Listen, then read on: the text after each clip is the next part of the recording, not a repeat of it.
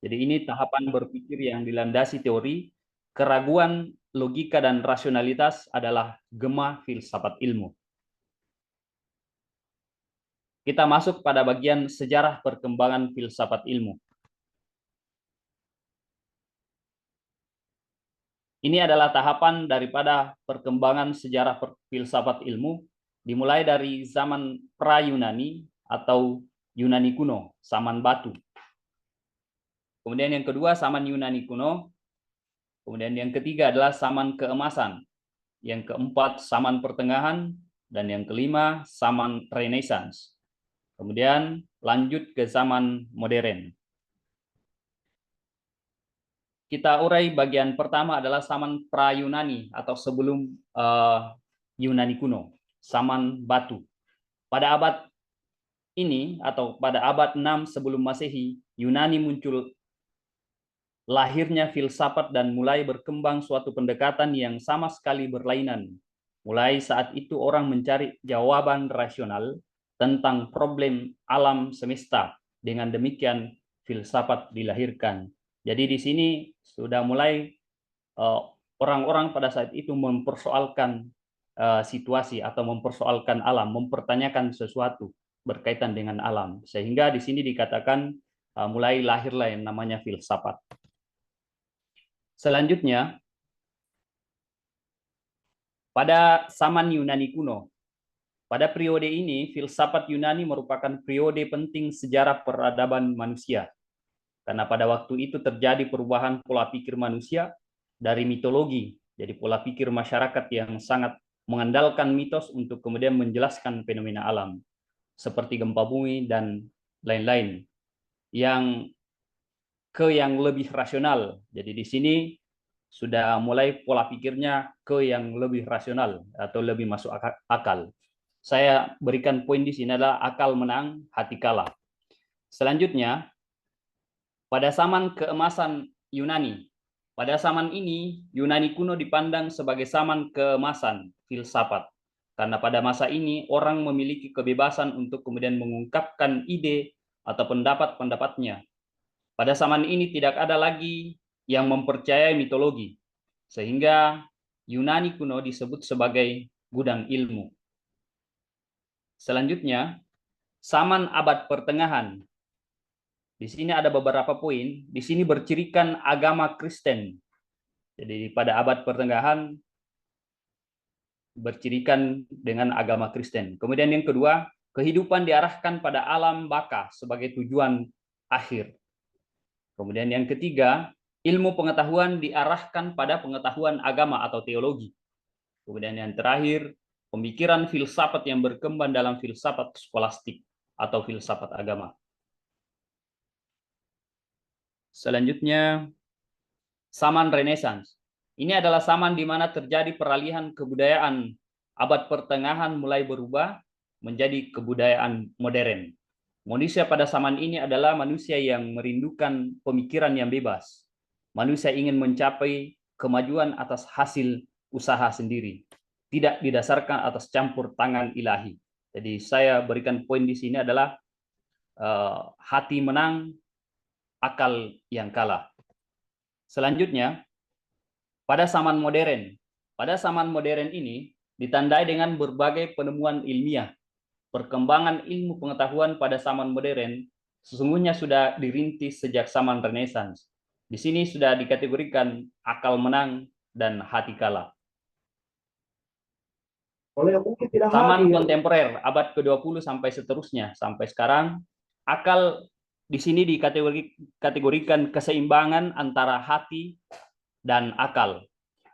Yang dimaksud adalah akal menyediakan struktur logik dan pemikiran objektif, sedangkan hati, emosi membawa kepekaan terhadap kehidupan, makna, dan moralitas.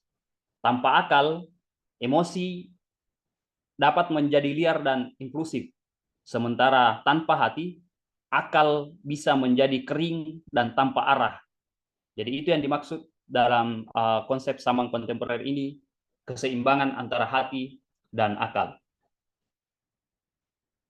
Kemudian kita masuk pada tahapan atau periode perkembangan ilmu pengetahuan.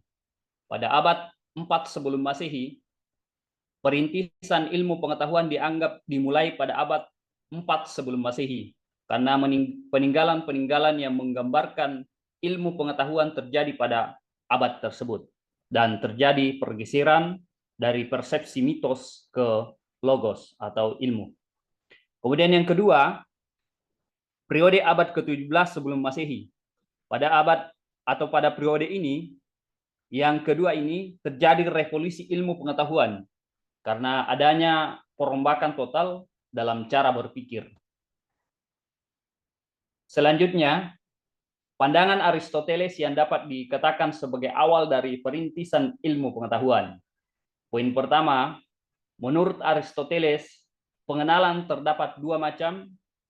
Yang pertama adalah pengenalan indrawi dan pengenalan rasio. Sedangkan metodenya adalah ada metode intuitif, mulai dari fakta untuk menyusun hukum. Sedang yang kedua, deduksi, mulai dari pengetahuan universal menuju kepada fakta-fakta. Selanjutnya bagian C, induk pertumbuhan filsafat ilmu. Induk pertumbuhan filsafat ilmu ada dua. Yang pertama adalah Plato. Ini lahir pada 427 sebelum Masehi. Kemudian meninggal pada sekitar 347 sebelum Masehi. Filsuf dan matematikawan Yunani, pendiri Akademi Platonik di Athena. Ia adalah murid Socrates. Pemikir Plato pun banyak dipengaruhi oleh Socrates. Plato adalah guru dari Aristoteles. Ini yang kedua adalah Aristoteles. Aristoteles lahir pada 384 sebelum Masehi. Pada usia 17 tahun Aristoteles menjadi murid Plato. Ia tinggal bersama Plato di Akademia. Kita lanjut. Komparasi epistemologi Plato dan Aristoteles. Jadi topik pemikiran Plato dan Aristoteles. Ini perbedaannya. Yang pertama, pandangan tentang dunia. Kalau menurut Plato ada dua, dunia ide dan dunia sekarang, semu. Sedangkan menurut Aristoteles hanya satu dunia, dunia nyata yang sedang dipelajari. Kemudian yang kedua, kenyataan yang sejati. Menurut Plato, ide-ide yang berasal dari dunia ide. Sedangkan Aristoteles, segala sesuatu yang ada di alam yang dapat ditangkap oleh indera. Kemudian pandangan ketiganya adalah pandangan tentang manusia. Terdiri dari badan dan menurut Plato, manusia itu terdiri dari badan dan jiwa. Jiwa abadi, badan fana tidak abadi. Jiwa terpenuh penjara badan. Kemudian menurut Aristoteles, badan dan jiwa sebagai satu kesatuan, tak terpisahkan. Selanjutnya, aliran-aliran filsafat ilmu. Di sini saya rangkum ada beberapa. Yang pertama adalah aliran rasionalisme, akal pikiran sesuai fakta, logika, dan pembuktian. Yang kedua adalah empirisme, berasal dari pengalaman manusia. Kemudian yang ketiga adalah realisme, persepsi indrawi dan benar-benar ada. Kemudian idealisme, ide pikiran dan jiwa. Kemudian positivisme, memahami dunia berdasarkan sains. Pragmatisme, bergunanya dalil ucapan teori bagi kehidupan manusia. Saya rasa itu presentasi daripada sejarah filsafat ilmu yang telah saya buat pada PPT ini. Lebih dan kurangnya mohon dimaafkan. Sekian. Wassalamualaikum warahmatullahi wabarakatuh.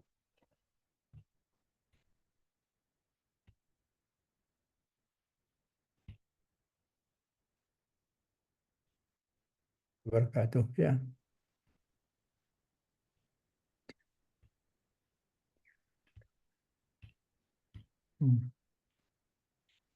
Ya, sudah ya. Jadi itu tadi presentasi dari temannya Romi ya. Gimana, mau dibahas dulu ini atau mau tampil satu lagi? Terserah gimana.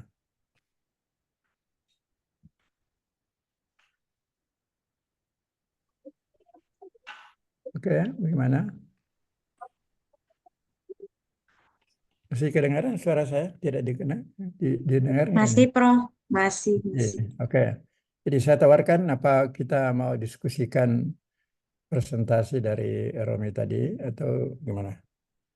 Atau mau Diskusikan saja dulu, Prof. Mungkin lebih ya, baiknya ya, diskusikan dulu. ya. Kalau gitu silakan di siapa yang pertama memulai, silakan. Ini yang tampil ini Plato dengan Aristoteles tadi ya. Oke, silakan. Mungkin ada yang mau bertanya ke Romi. Oke, silakan mulai. Siapa? Ini bicara tadi tentang sejarah munculnya filsafat ya. Dimulai dari Yunani kuno, sama Yunani modern, sampai ke pertengahan, sampai sampai ke eh, zaman Renaissance ya. Nah, abad ke-15 sampai zaman modern, abad ke-20 dan sebagainya gitu. Apa yang bisa ditarik dari situ ya, dari sejarah. Ada tadi yang pertama mempercayai mengenai mitologi gitu ya. Orang di sana dulu mempercayai bahwa apa-apa alam semesta mempunyai roh gitu ya. Pohon-pohon juga misalnya ada penjaganya di situ dan sebagainya.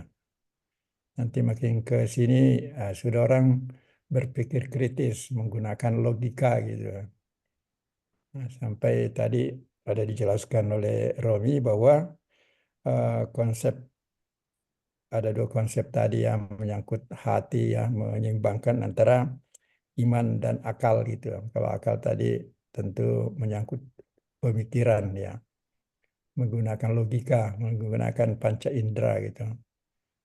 Itulah semua merupakan apa namanya landasan-landasan yang digunakan sampai sekarang orang zaman modern ini ya. Orang tidak mau lagi mau mempercayai begitu saja. Dia ada keingintahuannya ya, curiosity-nya sangat tinggi gitu. Memang manusia itu diberi oleh Allah SWT suatu sifat antara lain itu keingintahuan ya. Nah, maka dari itu dari perkembangan zaman makin ke sini makin orang banyak menggunakan rasio akal pikiran gitu ya.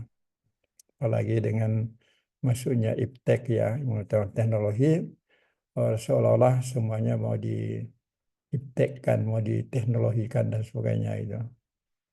Oke, siapa mau mulai pertanyaan ke Romi ini sebagai presenter hari ini?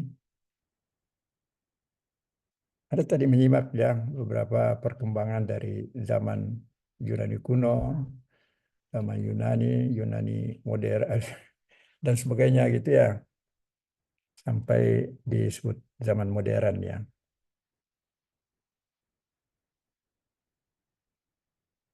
Itu ada tadi apa namanya Aristoteles. Ya, silakan siapa yang mau mulai pertanyaannya. Tentu ditujukan ke presenternya ya. Nanti kita kalau ada perlu didiskusikan ya kita bergabung. Ayo, ada? Boleh juga dari kelas prodi pendidikan seni gitu ya, mau bertanya ke pendidikan seni rupa, begitu sebaliknya gitu.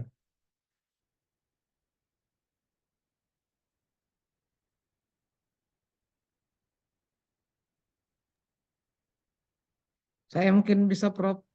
Ya, silakan lanjut. Mungkin tidak terlalu panjang, Ji. Ya. Terima kasih, Prof.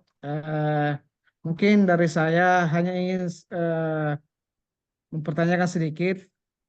Mungkin agak cepat tadi PPT-nya, tapi yang saya lihat itu tadi eh, kan berangkat dari sejarah Yunani. Ah, menuju ke abad Renaissance itu kita tidak disampaikan tadi, atau mungkin saya yang kurang menyimak. Tokoh-tokohnya siapakah yang cukup berperan di zaman pertengahan itu, di abad-abad pertengahan itu, Prof. seperti yang kita ketahui ada beberapa tokoh filosof yang terkenal itu yang yang memang mempelajari sampai membuat teori-teori seperti Immanuel Kant, René Descartes. Nah, bagaimana peranannya mereka-mereka ini di abad pertengahan itu? Mungkin itu dari saya, Prof. Mungkin bisa ditanggapi sama si Pak Romi. Terima kasih, Prof.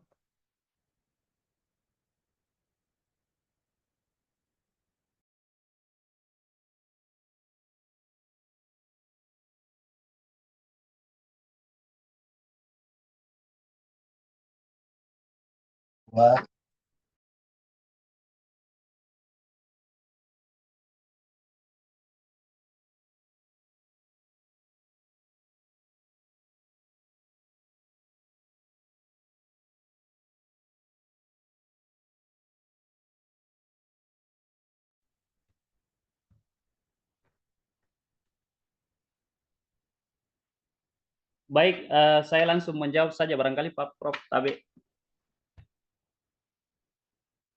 Halo, kedengaran Pak Ihsan?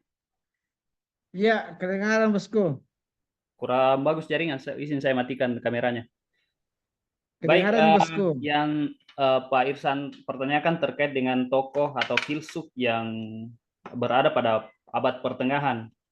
Yang saya dapat dari referensi adalah Thomas Aquinas.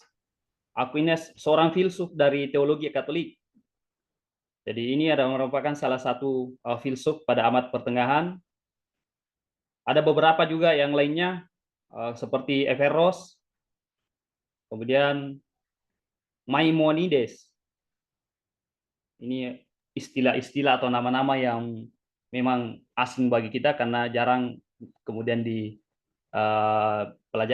Kemudian Peter Abelard, seorang filsuf dari teologi Prancis yang terkenal karena karya Sic et Non yang mengumpulkan berbagai pandangan yang berbeda dalam teori dan mendorong pembahasan kritis. Seperti itu, Pak Irsan. Oh iya, betul. Sedikit dulu, Bosku. Menurut Baik. saya, kalau menurut pandangan saya saja ini artinya pada saat dari sejarah itu yang disampaikan tadi itu mungkin lebih penekanannya kepada keteologian ya, Pak Romi. Karena saya baru nama-nama yang disebutkan tadi itu mungkin lebih tidak terlalu familiar, tidak sebagaimana seperti Francis Bacon, filosof-filosof Eropa yang banyak kita ketahui. Jadi lebih kepada teologi mungkin Pak Romi ya. Mereka pada tokoh-tokohnya itu para teologian begitu. Betul Pak Irsan. Hanya pada awalnya saja yang saya munculkan pakar-pakar. Oh ya, pada awal jadi. Iya. Iya, betul. Karena setelah hanya itu kan di abad pertengahan itu banyak bermunculan tokoh-tokoh filosof itu yang membahas tentang epistemologi, logika, etika. Dia membagi-bagi itu cabang-cabang epistemologi dan seterusnya. Itu yang saya pernah sedikit baca. Betul. Termasuk Mantap, Immanuel Kant dan lain-lain semuanya, bahkan filsuf teologi. Betul, Bosku. Mantap. Tapi lebih dalam lagi barangkali di filsafat ilmu yang Pak Irsan nanti bahas, karena saya hanya membahas sejarahnya. Mungkin lebih terperinci lagi kajiannya, Bosku. Ya, mudah-mudahan bisa memberikan sedikit dari PPT saya sebentar, kalau diberi kesempatan. Makanya kulit-kulitnya saya jelaskan, nanti isinya Pak Irsan nanti yang presentasikan. Kalau saya sebentar ini ampas-ampasnya mungkin Pak Romi. Artinya gambar-gambar umumnya saja. Iya. Oke. Bagus, selesaikan di workshop ini Pak Romi. Betul. Tabe Prof, barangkali mic Pak Prof, Tabe. Mungkin mic-nya Pak Prof. Mute, Ya, barangkali. ya, sudah. Karena biasa itu saya dengan otomatis ada yang bicara saya matikan. Oke ya, jadi pertanyaan gitu ya. Silakan ya. Mungkin dari prospek seninya, apa sudah ada seni waktu itu atau belum? Ini tapi tadi sudah dijelaskan oleh Pak Roy bahwa ini saya akan hanya membahas kulit-kulitnya saja, sejarahnya saja gitu, belum masuk ke isinya gitu. Ya,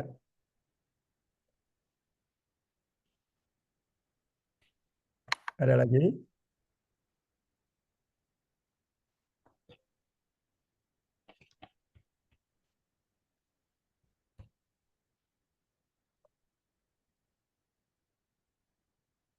Itu yang prinsip bahwa kita mengapa juga harus perlu membaca sejarah. Sejarah adalah suatu proses ya, proses untuk sampai hari ini gitu. Jadi masa lalu itu kita lihat bagaimana perkembangan orang berpikir, bagaimana orang perkembangannya merasa, bagaimana perkembangan orang berketuhanan dan sebagainya. Itu tadi disebut ada lebih ke teologinya gitu untuk mencari Tuhan lah.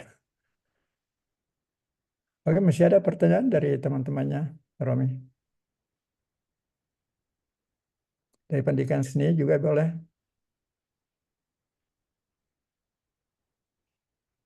Atau tidak ada yang dipertanyakan karena hanya sejarah dibilang tadi. Sampai ke bagaimana uh, masing-masing tokoh-tokoh dari setiap zaman itu ya. Memang orang yang paling mengenal itu kalau bicara sejarah tidak bisa kita lupakan yang namanya Plato, Aristoteles dan sebagainya. Descartes tadi disebut juga, Immanuel Kant dan sebagainya itu. Apalagi kalau masa-masa sebelum Yunani itu ya tadi banyak SM sebelum Yunani ya seperti tadi siapa ya Aristoteles hidupnya antara 384 sebelum Masehi gitu ya. Coba sebelum Masehi gitu. Artinya sebelum kita kenal tahun Masehi ini ya, atau Masehi ini Masehi sekarang juga sudah 2024 ya. Mulai penanggalan Masehi gitu. Jadi kalau 384 tahun sebelum Masehi sudah lahir yang namanya Aristoteles. Tambah 300 tambah 2024 ya. Oke, atau tidak ada yang mempertanyakan hanya sejarah atau mau pindah lagi ke masalah yang lain mengenai siapa tadi yang mau tampil lagi nanti Dewi, Prof. bisa. Oh Dewi, oh ya Dewi ya karena tidak ada yang menyahut dari prodi pendidikan seni tadi. Biar nggak apa-apa untuk hari ini langsung diborong 2 presenter dari pendidikan seni rupa jangan sampai nanti minggu berikut 2 lagi dari pendidikan seni gitu ya. Silakan dipersiapkan PowerPoint-nya Dewi. Siap. Atau sebelum ke Dewi, mungkin dari Romi ada memberi kesimpulan tentang presentasinya dulu. Jangan sampai ada disiapkan untuk kesimpulan. Atau tidak ada kesimpulannya, hanya seperti tadi saja. Romi, sudah cukup? Ada Halo, sesuatu yang mau disampaikan? halo Prof. Halo. Ya, ya, Ada yang silakan. saya mau simpulkan sedikit Prof terkait dengan materi saya. Ya, ya, itu bagus. Ya, harusnya begitu. Baik, Silakan. saya menyimpulkan di sini dalam artian saya mengaitkan dengan bidang kita selaku apa namanya guru atau yang berkecimpung di bidang seni. Jadi melalui sejarah filsafat ilmu, seniman dapat melihat bagaimana para filsuf menekankan pentingnya inovasi, imajinasi dan kreativitas, elemen yang juga menjadi inti daripada seni rupa. Selain itu, filsafat ilmu mengajak metode berpikir yang logis, kritis dan analitis yang dapat diterapkan dalam proses kreatif di seni rupa. Saya rasa itu kesimpulan saya, Prof. Terima kasih. Ya, ya, betul ya. Apalagi kita tahu seperti zaman-zaman Renaissance apa ya banyak orang melukis tentang ketuhanan. Kita bisa lihat seperti apa ya, Michelangelo ya, banyak melukis di gereja dan sebagainya, lukisannya malaikat dan sebagainya gitu. Oke ya, makasih kita berikan kepada Saudara Romi ya, sudah mempresentasikan judul makalahnya. Ini saya ingatkan kembali bahwa nanti di akhir semester kita nanti itu PPT-nya itu diiringi dengan makalahnya gitu ya. Makalahnya nggak perlu terlalu panjang, mungkin paling tidak 5 halaman saja, disertakan dengan PowerPoint-nya seperti yang ditayangkan tadi. Oke ya, kita langsung saja beralih ke Ibu Dewi ya. Silakan. Siap, Prof. Bismillahirrahmanirrahim. Izin share screen, Prof. Ya, silakan.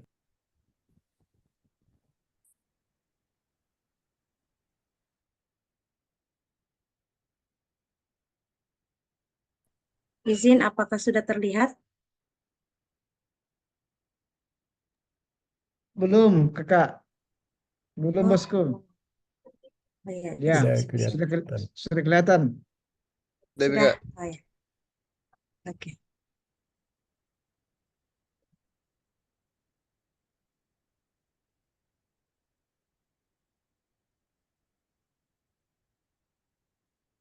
Bismillahirrahmanirrahim. Assalamualaikum warahmatullahi wabarakatuh. Waalaikumsalam warahmatullahi wabarakatuh. Terima kasih atas kesempatan yang diberikan kepada saya untuk mengefisienkan waktu. Langsung saja pada kesempatan ini saya akan mempresentasikan tentang rasionalitas.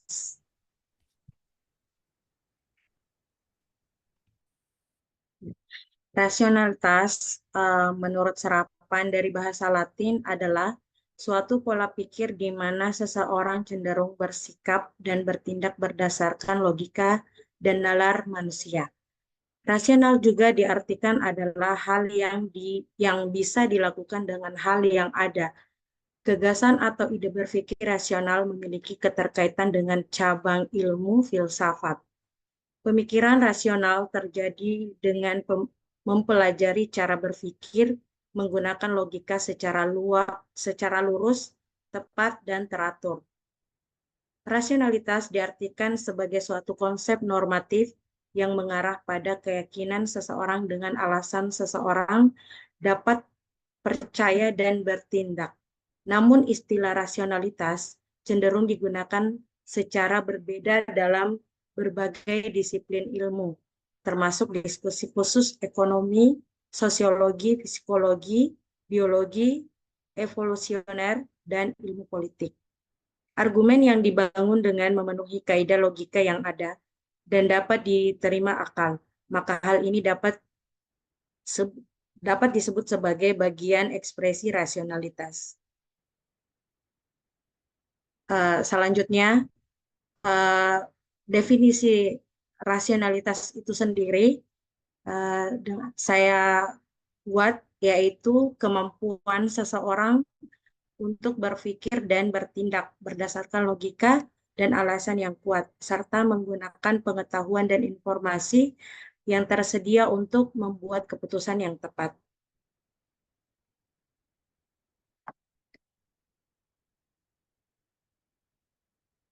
Kemudian jenis-jenis rasionalitas, jenis-jenis rasionalitas ada 4. Yang pertama adalah rasionalitas teoritis, di mana berkaitan dengan penggunaan logika dan pengetahuan untuk memahami dunia, contohnya ilmu pengetahuan. Yang kedua, rasionalitas praktis, yang mana berkaitan dengan penggunaan logika dalam pengambilan keputusan sehari-hari. Contohnya manajemen waktu. Kemudian rasionalitas instrumental, yang mana berkaitan dengan cara-cara yang efisien untuk mencapai tujuan tertentu. Contohnya strategi bisnis. Dan yang terakhir rasionalitas nilai, yang mana berkaitan dengan penilaian moral dan etika dalam pengambilan keputusan. Contohnya, kebijakan publik yang adil. Dalam rasionalitas dalam pentingnya rasionalitas ada 4. Yang pertama, pengambilan keputusan. Sangat membantu dalam membuat keputusan yang lebih baik dan mengurangi resiko kesalahan. Yang kedua, pemecahan masalah, meningkatkan kemampuan untuk menemukan solusi yang efektif dan inovatif. Kemudian yang ketiga, dalam kehidupan sehari-hari, membantu dalam menjalani kehidupan yang lebih teratur dan terstruktur. Kemudian yang keempat, kemajuan dalam ilmu pengetahuan, menjadi dasar dalam pengembangan teori dan penemuan baru.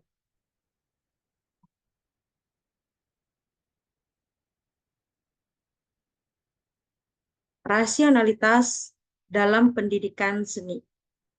Ada 3. Yang pertama, pengembangan kurikulum.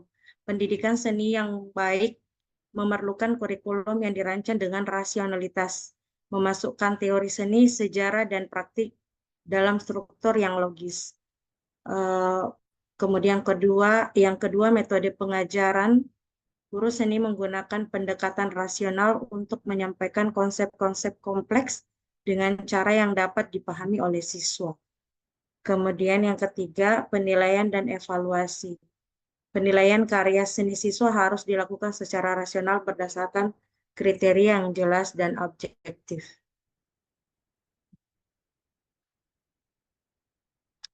Berikut ada 7 contoh perilaku rasionalitas pada proses pembelajaran di kelas. Yang pertama, pengambilan keputusan berdasarkan data. Seorang guru yang rasional akan menggunakan data hasil tes, penilaian harian, dan observasi untuk memahami kebutuhan belajar siswa. Dengan begitu, mereka dapat merancang strategi pembelajaran yang lebih efektif sesuai dengan kebutuhan siswa. Kemudian contoh yang kedua, pemecahan masalah yang terstruktur. Ketika dihadapkan pada masalah, baik itu masalah akademis atau perilaku, seorang guru yang rasional akan mendekatinya dengan langkah-langkah yang terstruktur. Mereka akan mengidentifikasi masalah, menganalisis penyebabnya, mencari berbagai solusi, dan memilih solusi yang paling efektif. Kemudian contoh perilaku rasionalitas yang ketiga, penerapan metode pembelajaran yang terbukti efektif. Guru yang rasional akan cenderung menggunakan metode dan teknik pembelajaran yang sudah terbukti melalui penelitian. Misalnya, mereka mungkin menerapkan strategi pembelajaran aktif, penggunaan teknologi pendidikan, atau metode kolaboratif jika riset menunjukkan bahwa strategi tersebut meningkatkan hasil belajar siswa. Selanjutnya, contoh perilaku rasionalitas pada proses pembelajaran yang keempat, yaitu manajemen waktu yang efisien. Dalam perencanaan pembelajaran, guru yang rasional akan mengalokasikan waktu dengan bijak untuk setiap aktivitas di kelas. Mereka memastikan bahwa ada keseimbangan antara teori dan praktek, serta menyediakan waktu untuk diskusi dan umpan balik. Kemudian, contoh yang kelima, pengembangan profesional berkelanjutan. Guru yang rasional menyadari pentingnya pengembangan profesional. Mereka secara aktif mencari pelatihan, workshop, dan sumber daya lain untuk terus meningkatkan kemampuan mengajar mereka dan tetap terkini dengan perkembangan terbaru dalam dunia pendidikan. Kemudian contoh perilaku rasionalitas yang keenam, penetapan tujuan yang jelas dan terukur. Seorang guru yang rasional akan menetapkan tujuan pembelajaran yang spesifik, terukur, dapat dicapai, relevan, dan berbatas waktu atau SMART. Hal ini membantu memastikan bahwa baik guru maupun siswa memiliki pemahaman yang jelas tentang apa yang ingin dicapai dan bagaimana mencapainya. Kemudian, contoh perilaku rasionalitas pada proses pembelajaran di kelas yang ketujuh, yaitu refleksi, dan evaluasi diri. Setelah setiap sesi pembelajaran, guru yang rasional melakukan refleksi terhadap apa yang telah berjalan baik dan apa yang perlu diperbaiki. Mereka juga terbuka terhadap umpan balik dari siswa dan rekan sejawat untuk terus meningkatkan kualitas pengajaran mereka. Sekian mungkin dari saya, mohon maaf mungkin untuk penjelasan tentang rasionalitas agak melenceng dari materi sebelumnya, tapi izin Prof saya mengambil dari contoh lebih ke proses di kelas seperti itu, Prof. Terima kasih. Mohon masukannya. Terima kasih. Ya. Nah, tadi Dewi Astuti memaparkan makalahnya ya melalui persentase tadi. Yang lebih dominan kita dengarkan tadi adalah bagaimana perilaku yang rasional dalam pembelajaran di kelas ya. Ada 7 atau berapa tadi ya? Iya, Berapa gitu ya. iya, Prof. Jadi Iya, Prof. berdasarkan pemaparan tadi, kalau guru mau betul-betul menggunakan rasionya, akal pikiran atau logikanya yang sebenarnya secara objektif, langkah-langkah itu tadi yang harus dimiliki gitu ya. Ya tentu pada prinsipnya menjadi seorang guru yang profesional ya. Karena tadi juga antara lain disebutkan bahwa guru yang rasional itu selalu ingin meningkatkan diri agar dia menjadi seorang guru yang profesional gitu ya. Ya menarik tadi, memang kalau bicara tentang rasional atau rasionalitas, tentu kita teringat kepada logika atau akal sehat atau nalar manusia gitu.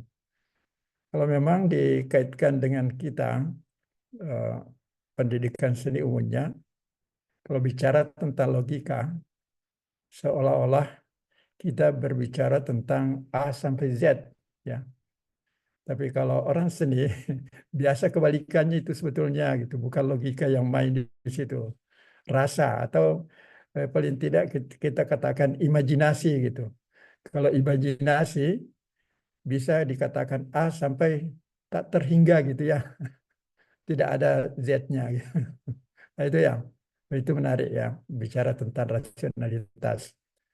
Mungkin ada di antara teman-teman, baik dari prodi pendidikan seni rupa maupun pendidikan seni, ingin bertanya lebih jauh kepada Dewi Astuti tentang pemaparannya tadi ya, teristimewa tadi bagaimana dikaitkan dengan tugas seorang guru atau pembelajaran di kelas ya, bagaimana guru yang rasionalitas gitu. Oke, silakan lanjut.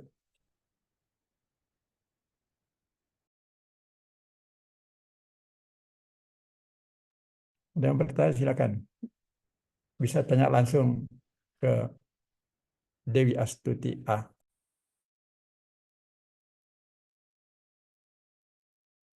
Bisa saya, Prof. Irsan Japar, Prof.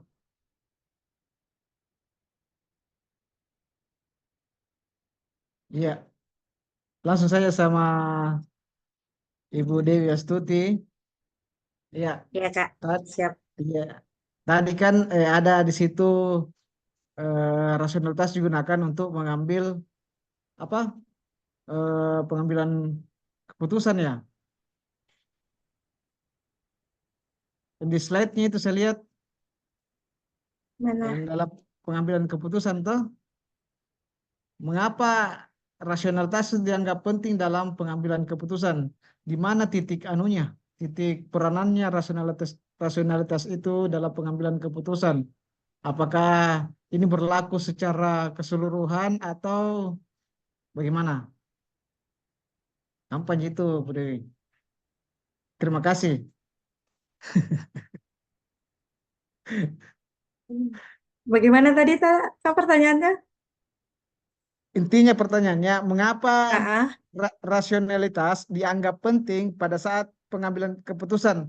Seperti yang ditampilkan tadi pada slide tak? semuanya. Misalnya. Ah ya, kalau dari saya, izin Prof, kenapa dikatakan penting? Karena ketika kita mau mengambil keputusan itu, kita harus memang betul-betul mencari, tidak gegabah, dan harus memang banyak mempertimbangkan segala sesuatunya, dan harus sesuai dengan logika dan kebenaran, seperti itu. Sesingkat itu. Ya, ya, ya. Bagaimana? Itu saja. Begini, saya Ya, bisa bantu begitu. Dewi ini. Ya, Dewi mungkin bantu Prof tadi. bisa bantu. Ya, siap. Begini, kita harus objektif dan rasional gitu ya. Begini dalam memutuskan, ini ada pengalaman saya kemarin waktu dari Samarinda ya, sebagai salah seorang Dewan Hakim untuk 2 kategori lomba kaligrafi, yaitu lomba lukis kontemporer dengan bidang dekorasi gitu. Ini kan dalam hal penilaian ini, kita kan harus mengambil keputusan untuk menentukan juara 1, juara 2, juara 3, harapan 1, 2, dan 3. Padahal yang dinilai ini 32 provinsi, 32 peserta.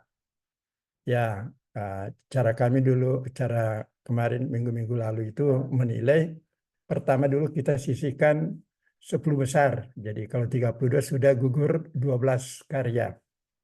Dari 10 besar disisihkan lagi, dipilih lagi, masuk 6 besar. Kenapa 6 besar? Karena itu nanti akan kita pilih lagi nanti ranking 1, 2, 3, dan ranking 4, 5, 6 itu akan dianggap sebagai juara harapan 1, 2, dan 3 ya. Jadi 6 karya. Ini yang biasa sangat alot ya, pemilihan antara mau dimasukkan yang masuk nomor 3 dengan nomor 4. Karena apa? Karena kalau masuk sudah 3 besar itu berarti babak berikutnya ini kan masih penyisihan. Babak berikutnya itu berarti masuk final ya. Hari Sabtu yang lalu masuk final itu ya, hari Sabtu tanggal berapa itu masuk final. Karena yang itu tadi saya ulang bahwa yang riskan penilaiannya banyak pertentangan di antara kami Dewan Hakim, menaikkan dari yang 4 menjadi nomor 3. Ada sudah diangkat nih, oh, ini nomor 3 gitu. Ada lagi Dewan Hakim pindahkan lagi menjadi nomor 4 gitu ya. Nah ini saya bilang kalau begini pastinya tidak ada ujung pangkal ujungnya gitu kalau berdebat begini gitu. Tapi yang jelas yang punya pendapat kenapa ini bagus, lebih bagus ini mungkin ya bicara tentang seni rupa. Karena yang ikut ada memang dari seni rupa juga ya, dari teman dari Medan ya. Pada mengatakan, oh ini bagus karena misalnya ada perspektifnya bagus, gradasinya bagus, kaligrafinya sesuai kaidah dan sebagainya. Ada juga mengatakan, oh ini masih kurang, ini proporsinya nggak bagus dan sebagainya. Coba saya bilang kalau begini perdebatannya sampai sore pun sampai malam nggak ada penentuan gitu ya. Nah, jadi terpaksa kita harus sedikit tanda petik objektif gitu ya. Objektifnya begini, untung sekali Dewan Hakim itu harus bilangannya ganjil, jangan genap. Kami kemarin untuk membidani penilaian untuk lukis kontemporer dengan bidang dekorasi itu 7 orang. Nah, ya untung kita voting saja. Kalau sampai di voting ya tentu nanti ada paling kalau berimbang paling 4-3 kan.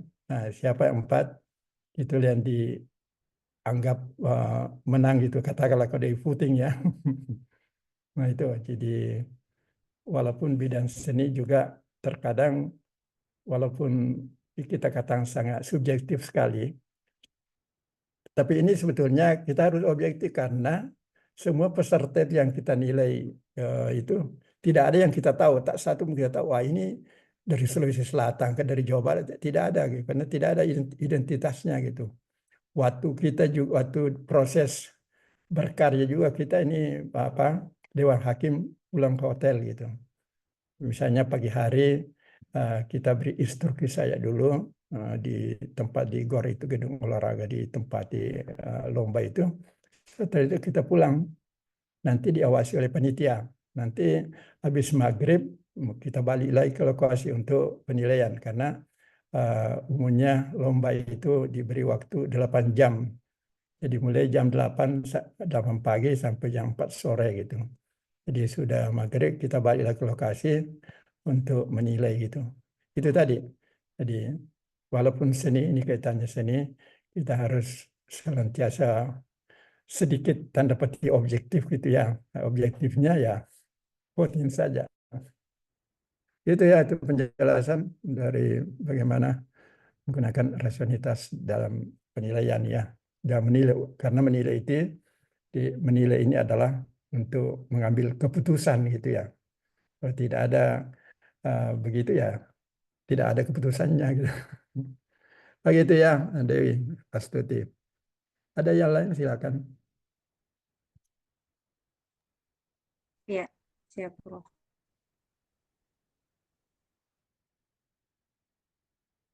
Masih ada?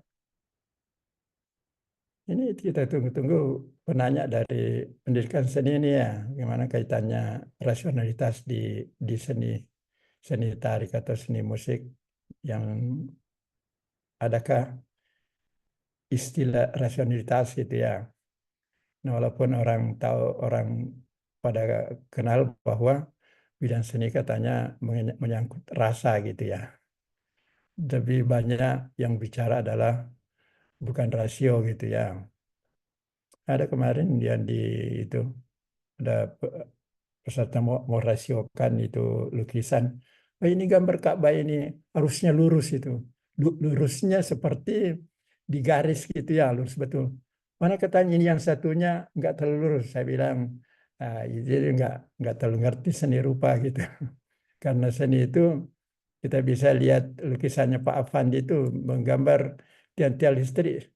Tidak ada tiang listrik lurus betul ke atas, itu bengkok-bengkok semuanya itu. Tapi persepsi kita tiang listrik itu lurus, walaupun kelihatannya lukisannya Pak Afandi itu bengkok-bengkok semuanya gitu ya.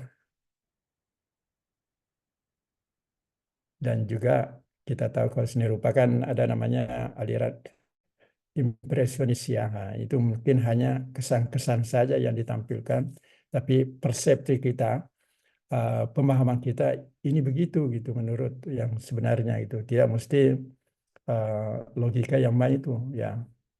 Mesti ini lurus harus pakai penggaris itu, tidak mesti gitu ya. Oke ya, kita lanjut lagi diskusinya. Mungkin ada penanyaan lain ke Ibu Dewi Astuti. Kalau tidak ada, jangan sampai Ibu Dewi mau beri kesimpulan lagi atau masih menunggu ditanya oleh temannya. Boleh saya bertanya Pak Tabe? Ya, silakan. Baik, izin Tabe Kak Dewi, Tabe Pak Prof. Saya ingin bertanya sedikit. Saya sempat menyimak dari PowerPoint ataupun presentasi dari Kak Dewi.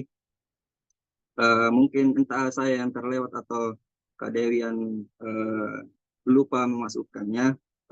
Jadi kita kan biasanya kalau mempelajari suatu ilmu atau suatu pengetahuan itu, misalnya contoh kalau filosofi kan biasa kita awalnya itu atau secara mendasar dulu kita pelajari tentang dari segi etimologi dan terminologinya. Nah, secara etimologi kan filosofi itu berasal dari kata philos dan sophia. Nah, mungkin kakak lupa atau Kak Dewi lupa masukkan di materinya. Kira-kira kalau rasionalitas itu secara etimologi berasal dari kata apa saja dan apa maknanya, Kak? Itu pertanyaan pertama. Kemudian yang kedua, Kak Tabe, saya mau bertanya berdasarkan dari pengalaman empirik atau pengalaman pribadi dari Kak Dewi, kira-kira apakah ada dampak negatif yang dihasilkan ketika seseorang itu terlalu rasional? Begitu, karena kalau saya pahami kita kan ini sebagai manusia biasa, artinya kita tidak hanya memiliki akal, akan tetapi kita juga punya perasaan. Apakah kira-kira orang itu ketika terlalu rasional, apakah akan memberikan dampak yang negatif terhadap lingkungan maupun dirinya pribadi? Mungkin bisa dijawab secara pribadi atau secara pengalaman Kak Dewi. Itu saja. Terima kasih. Ya, bagus pertanyaannya. Silakan Dewi Astuti. Langsung saja dijawab karena ini diharapkan Iya, jawabannya menurut pengalamannya gitu. iya. Terima kasih, Prof. Terima kasih atas pertanyaannya yang luar biasa. Tadi di slide sebenarnya saya sudah memasukkan apa para apa menurut filsuf Max Weber, cuma mungkin dari kesalahan saya juga tadi tidak terlalu spesifik menjelaskan menurut beliaunya seperti mungkin selanjutnya next time saya akan memperbaiki. Terus untuk pertanyaan kedua, apakah ada pengalaman ketika kita terlalu rasionalitas begitu? Mungkin sedikit apa ya? Cuma saya bingung untuk membahasakannya seperti apa. Karena jujur, Prof, untuk untuk berdiskusi itu saya kurang di situ. Tapi saya mencoba untuk menjawab sesuai pengalaman untuk seperti Prof tadi sampaikan pada saat dalam situasi jadi juri. Saya kemarin pernah mengalami, Prof, Pak, itu bagaimana ya? Dari peserta itu semuanya kebetulan ada 3 juri dan kedua juri ini dia sudah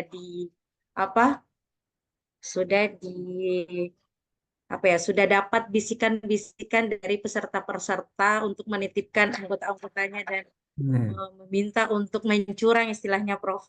Tetapi karena di sini saya posisinya karena saya melihat dari segi saya adalah dari pendidikan seni asli.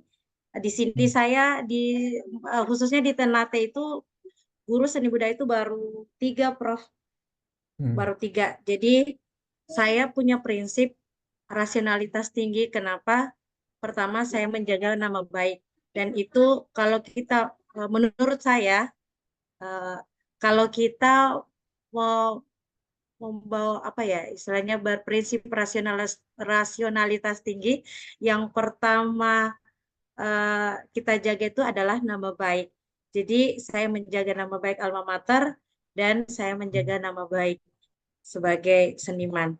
Jadi kalau ditanya apakah memiliki sifat rasionalitas tinggi itu ada bagusnya atau ada tidak bagusnya, saya mungkin lebih bagus, Prof, karena dari contoh kemarin yang jadi juri itu 2 juri ini mereka sudah dapat bisikan-bisikan, tetapi saya memang betul-betul tidak mau akan hal itu dan ada banyak yang mau menjatuhkan sampai mau dapat cari celah supaya saya mengiyakan mereka maunya mereka seperti itu. Tetapi karena rasionalitas tinggi itu tadi, akhirnya saya dari lomba itu memang keluar nilai yang real, betul-betul nyata, dan di akhir kegiatan itu saya bisa mempertanggungjawabkan. Mungkin di situ nilai plusnya kalau kita rasionalitasnya tinggi seperti itu. Adik Fajar. Ya, jadi Terima kasih. jadi begini, seorang dewan hakim ya, apalagi seperti tadi dikatakan hakim itu mestinya berpegang teguh, apalagi tingkat-tingkatnya lebih atas lagi ya, di nasional itu memang sebelum bertugas jadi sumpah gitu ya. pengambilan sumpah sebagai dewan hakim gitu. Kita tidak bisa menerima ini pokoknya macam-macam lah, harus menjadi amanah gitu ya. Saya kembali lagi ke topiknya tadi Dewi ya, bahwa Anda tadi bicara tentang rasional. Apa rasional itu adalah kemampuan seseorang untuk berpikir, untuk bertindak dan memahami sesuatu gitu ya. Kalau memang rasionalitasnya sampai bagaimana tarafnya ya begitu itu. Dia tidak tahu kalau ini mana yang bagus, mana tidak bagus. Katakan untuk bidang seni rupa, ada banyak elemen seni rupa, ada prinsip-prinsip seni rupa. Kalau orang disuruh menilai bukan bidangnya, itu agak susah gitu ya, agak susah untuk rasionalitas itu ya. Karena tidak tahu, gimana tahu mana yang dimaksud balance, mana yang ada iramanya gimana,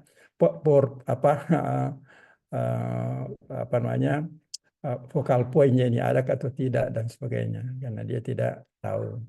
Tidak tahuannya, makanya untuk menilai secara objektif, secara rasional rendah juga nilainya gitu. Makanya kalau mengundang sebagai Dewan Hakim Masyuri, tentu yang memang mumpuni ya, mengerti tentang masalah tersebut.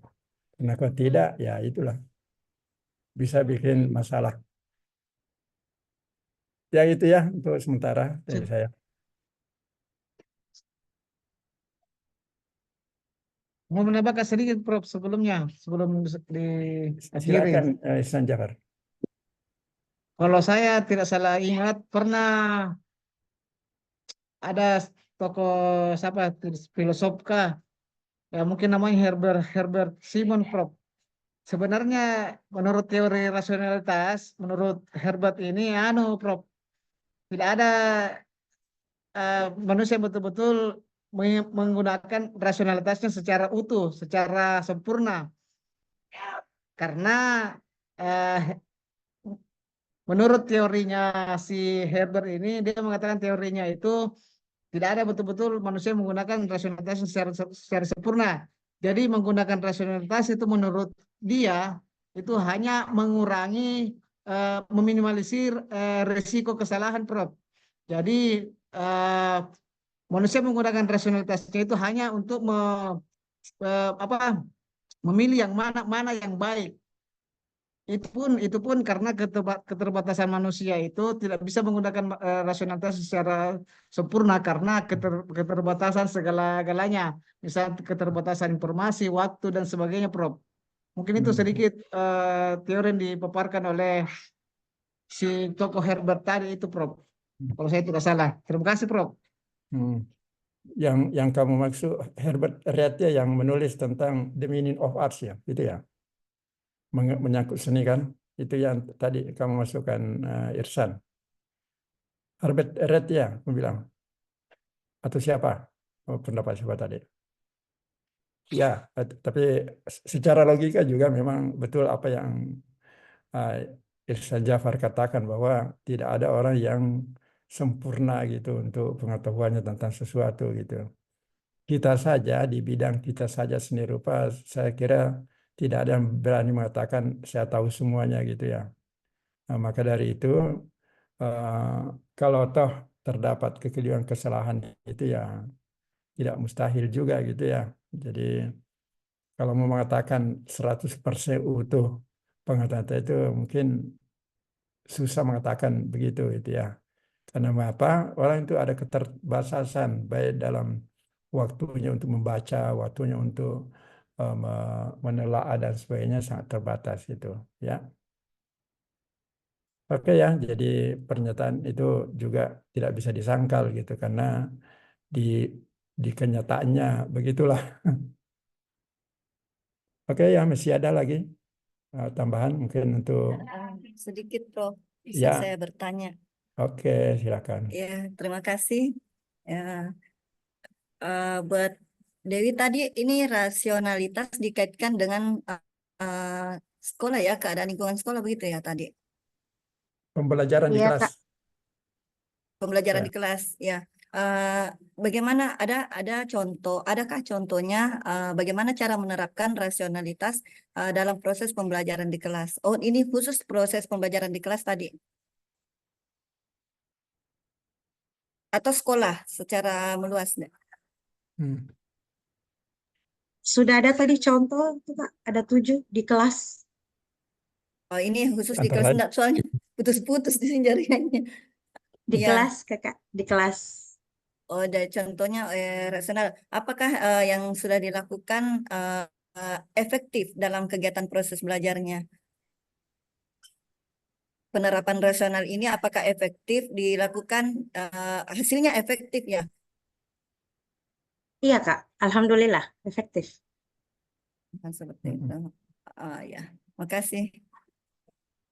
Nah, gini tadi, ada tadi kayaknya dijelaskan juga Dewi ya, bahwa ada pembelajaran yang efektif ya. Efektifnya itu karena dia seorang guru atau orang lain sudah mengadakan penelitian. Bahwa menurut penelitian mengajar seperti ini, model ini, gaya seperti ini yang efektif gitu ya. Nah, itu yang diterapkan gitu ya. Ya, itu artinya secara objektif guru menerapkan pembelajaran efektif ya. Jangan semaunya saja gitu mengajar gitu ya. Biar dia kurang yakin bahwa ini efektif atau tidak. Pokoknya jalan terus ya. Nah, itu maksudnya tadi. Adakah yang Iya, tadi tapi di maksudnya antara hasilnya, Pak. Maksudnya saya hasil- hasilnya, ya hasil dari dia menerapkan rasionalitas dalam kelas, hasilnya bagaimana? ya, Iya. ya. Bagaimana Dewi tadi yang diterangkan itu? Saya kira sudah dijelaskan tadi ada pembelajaran yang terbukti efektif gitu ya. Nah, itulah yang diterapkan Ada, seorang Kak. guru kalau mau rasional, mau objektif juga. Jangan pembelajaran yang kurang efektif. Oke, lanjutkan.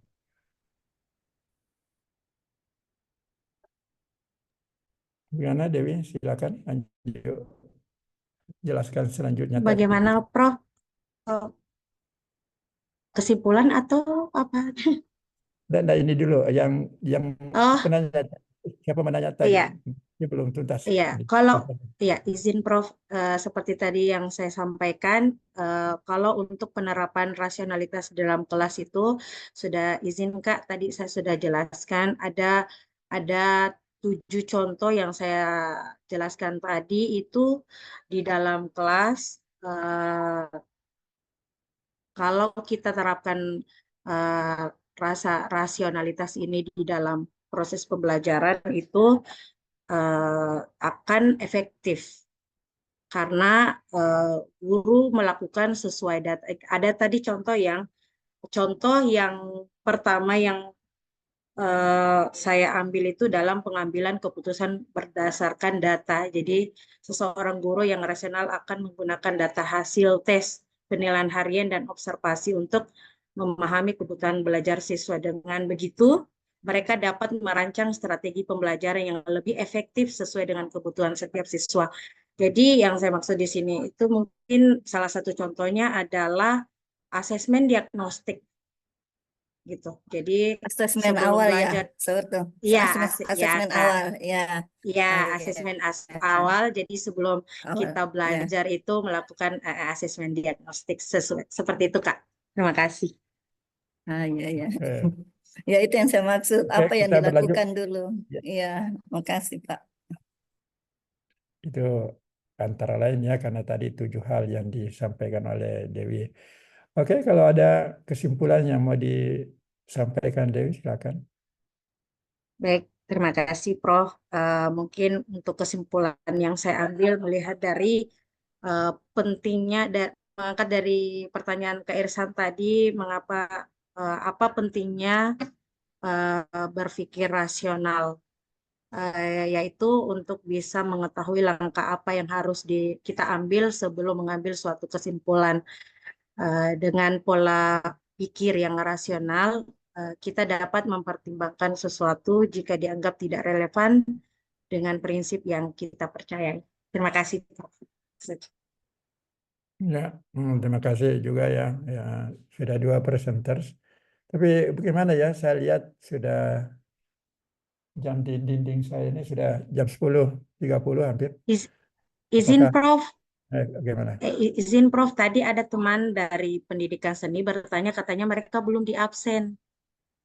Oh, saya juga tidak ada keabsen dikirimkan ya. Hanya saya ini dari yang saya baca-baca tadi ini yang dikirim oleh Andi Sultan Alauddin. Saya print out ini tadi yang dari WA. Kalau pendidikan seni baiknya juga mengirimkan ke saya atau ada kesulitan dikirimkan dari pendidikan seni nama-namanya.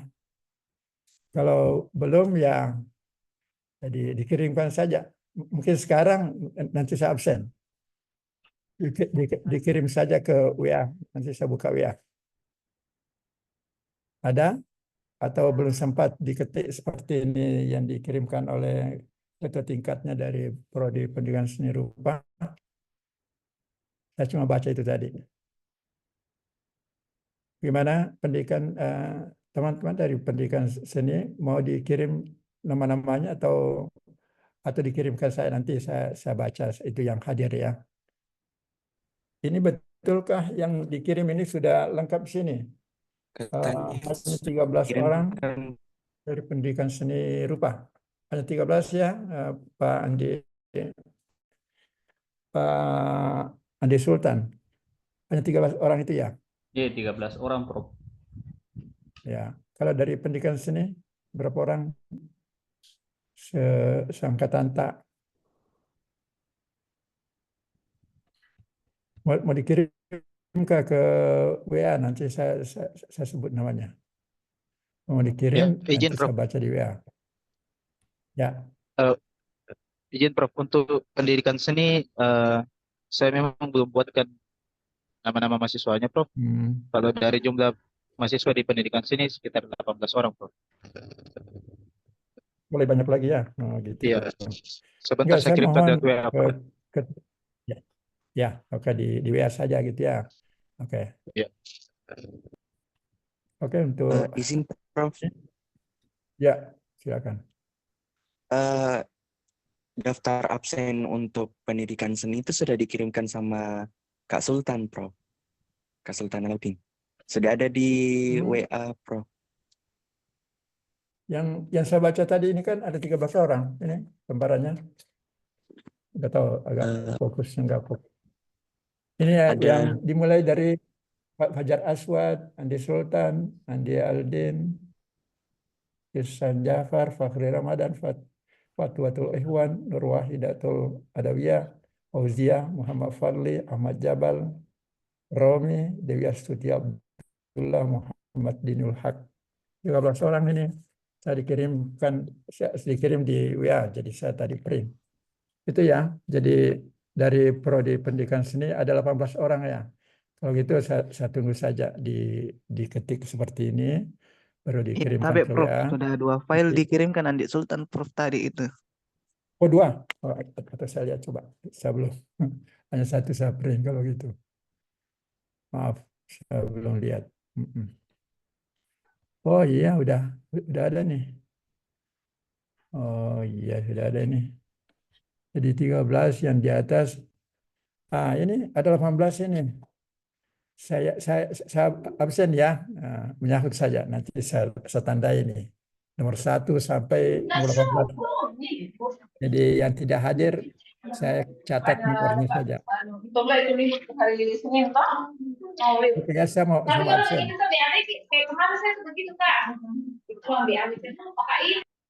Ini. Mohon didengar namanya yang sampai nggak dengar namanya. Rafika Nurul Hijrah. Ada nggak? Hadir Prof. Rafika? Nah, hadir. Andi Muhammad Yusri, Alimuddin apa ini? Muhammad Yusri, Andi Muhammad Yusri. Ada? Alimun Tidak? Pak. Ada. Alimo. Itu enggak. Ini Andi Muhammad Yusri. Ada ya? Iya Pak. Hadir. Ya. Hadir. Ya. Ini saya absen saya satu. Nurwani Alwi. Hadir Prof. Hadir. Nur Indah Suara Rahman. Nur Indah, ada tidak? Nah, itu ada berapa Itu ada juga kalau salah satu. perlu 8 Itu ada suara-suara. Oke ya, saya lanjut. Dewi Sri Astuti. Alhamdulillah saya Oh, yang persentase tadi ya. Prof izin Nur Indah hadir Prof. Mana Nur Indah? Hadir Oh, Prof iya, hadir. Nur Indah hadir. Dewi Sri Astuti. Dewi Sri Astuti. Ini kayaknya tadi. Tampaknya